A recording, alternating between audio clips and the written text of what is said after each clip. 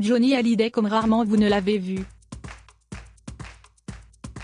À l'occasion des 5 ans de la mort de l'idole des jeunes, M6 a décidé de lui rendre hommage à travers un documentaire événement intitulé Johnny par Laetitia et produit par 10.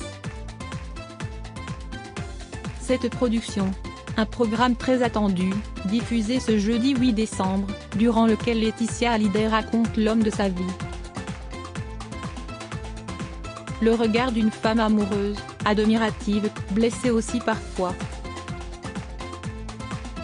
On fait peu appel à l'idole, à la rockstar, à des choses qui font partie de l'imaginaire collectif. Pour tenir ce film, il fallait aussi rester dans l'intime. C'est le regard de Laetitia sur l'homme qu'elle a aimé, a expliqué la productrice, Cathy Palumbo, au cours d'une projection presse à laquelle Gala FR a assisté. Il y avait eu ce documentaire sur Netflix, auquel elle n'a pas participé, parce qu'elle n'a pas été sollicitée. Quand on l'a rencontrée, c'est vrai que son envie, c'était de faire un film différent. Elle avait envie de faire un film qui soit authentique, a souligné la productrice de ce documentaire très personnel. Si au départ, seule la mère de Jade et Joy devait intervenir dans ce programme qui retrace leurs 23 années de vie commune, 2 autres intervenants ont finalement intégré l'aventure en cours de route, Daniel Rondeau, écrivain et ami de longue date du rocker, et Jean-Claude Camus, son célèbre producteur. 700 heures d'archives personnelles pour mener à bien ce projet, Laetitia Hallyday a voulu s'entourer de quelqu'un de confiance. Son choix s'est porté sur William Carell, qui a bien connu le taulier. Celui qui l'a vu sur scène une première fois à l'âge de 21 ans a ensuite réalisé le making-of du film Conseil de famille de Costa Gavras, dans lequel jouait justement Johnny Hallyday. Il est également à l'origine du documentaire Parfum de femme diffusé en 2001 sur France 3. Je ne m'attendais pas du tout à ce qu'on me propose ce film puisque je fais que des films historiques et désespérants, donc ça m'a beaucoup plu de faire celui-ci, a commenté, non sans humour, William Carell, lors de la projection presse de Johnny par Laetitia, qui a eu lieu début novembre dans les locaux de M6. Durant 3 mois, le réalisateur a visionné pas moins de 700 heures d'archives personnelles, jusqu'ici conservées dans un coffre-fort, que Laetitia Hallyday n'avait jamais revu. Une fois récupérées, les dites images ont été numérisées, ces archives, inédites pour la plupart, provenant des téléphones de Laetitia ou du dernier téléphone de Johnny. Fait étonnant, William Carell n'a pas souhaité visionner les images dans leur ordre chronologique. Souhaitant faire preuve de pudeur dans son montage, il a commencé par la fin, conscient que c'était forcément le moment le plus dramatique. Et de souligner, on savait le début très facile, leur rencontre, le début de leur histoire d'amour. Je voulais voir comment le film pouvait finir avant le début.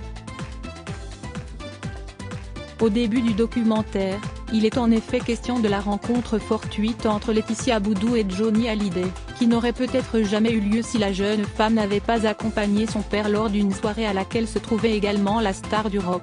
Amour et démons dès les premières minutes, on retrouve le couple Hallyday sur un bateau, Johnny Hallyday un peu gêné d'être sans cesse filmé par sa moitié. On ne les voit jamais ces films que tu fais, plaisantait-il, à l'époque, sous le regard amusé de Laetitia. Il est aussi question de leur premier baiser sur une 2 chevaux dans une station-service, puis de l'officialisation de leur couple, sur scène, lors d'un concert durant lequel le rocker a présenté Laetitia, encore très réservée et timide, comme sa fiancée.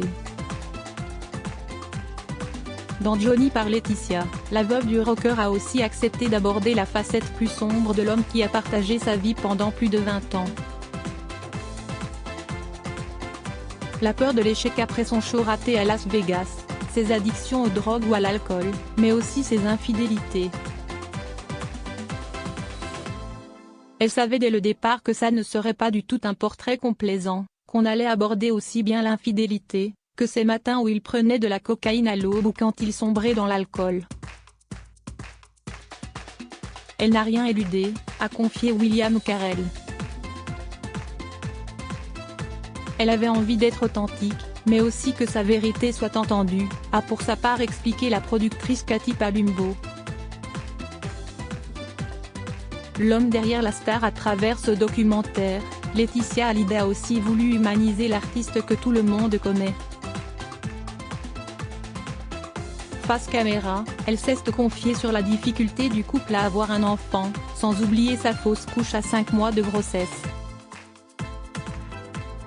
J'ai porté ce poids de ne pas pouvoir lui donner l'enfant dont il rêvait tant. C'était devenu une obsession pour lui d'avoir un enfant, a-t-elle confié, non sans émotion, dans Johnny par Laetitia. Elle a aussi raconté comment la paternité a transformé son homme. En 2004, le couple s'est en effet rendu au Vietnam pour y adopter un enfant. Je suis émue, a lâché le rocker, peu habitué à montrer ses émotions, face à son bébé, lové dans les bras de son épouse. Et de reconnaître plus tard, Jade a changé toute ma vie. Peu présent pour ses deux aînés Laura et David, qui ne sont que très brièvement évoqués dans ce film, Johnny Hallyday avait aussi un manque à combler. Il a essayé de se rattraper et d'apprendre à créer une relation forte et fusionnelle, a observé Laetitia Hallyday au sujet de Jade et Joy, qui ont d'ailleurs écrit et lu un mot pour le regretté père à la fin du film. 4 ans après avoir accueilli leur première fille, ils sont retournés au Vietnam, en 2008, pour donner une petite sœur à Jade. Selon Laetitia Hallyday, son mari a réparé son propre abandon à travers cette adoption.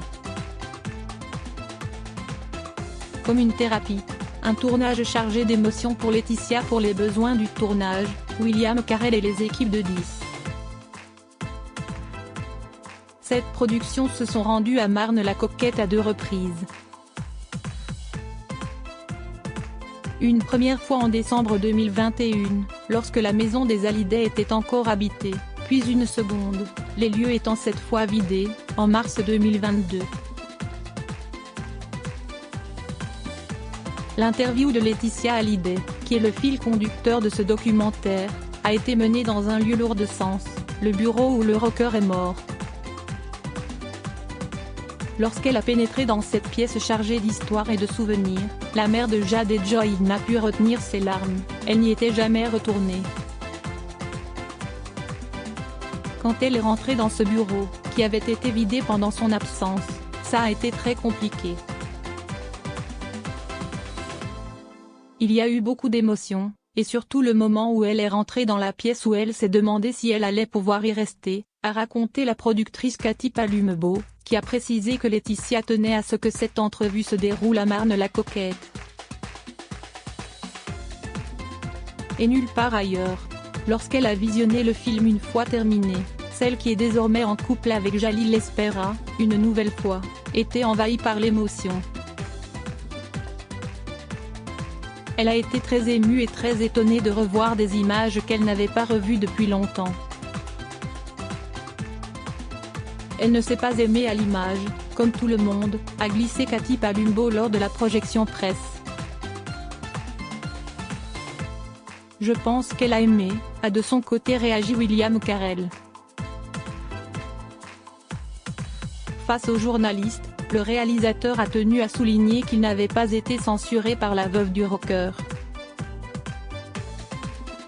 On lui a demandé s'il y avait des images qui la gênaient ou des mots qu'elle regrettait, comme lorsqu'elle dit que Johnny la trompait et qu'il avait des besoins qu'elle ne pouvait pas lui donner, mais ça lui allait très bien. Elle n'a pas demandé le retrait d'une image ou même d'un mot du film, a assuré celui qui a, lui aussi, été bouleversé par certaines scènes. Toutes les images de l'adoption m'ont touchée. J'étais comme une midinette de voir Johnny donner un biberon. Et puis, il y a aussi la dernière tournée des vieilles canailles.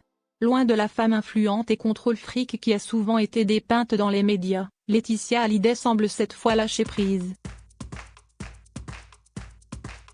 C'est une image qu'on n'a pas l'habitude de voir. Elle a le temps d'être elle-même, résume la productrice de Johnny par Laetitia. Crédit photo, Best Image.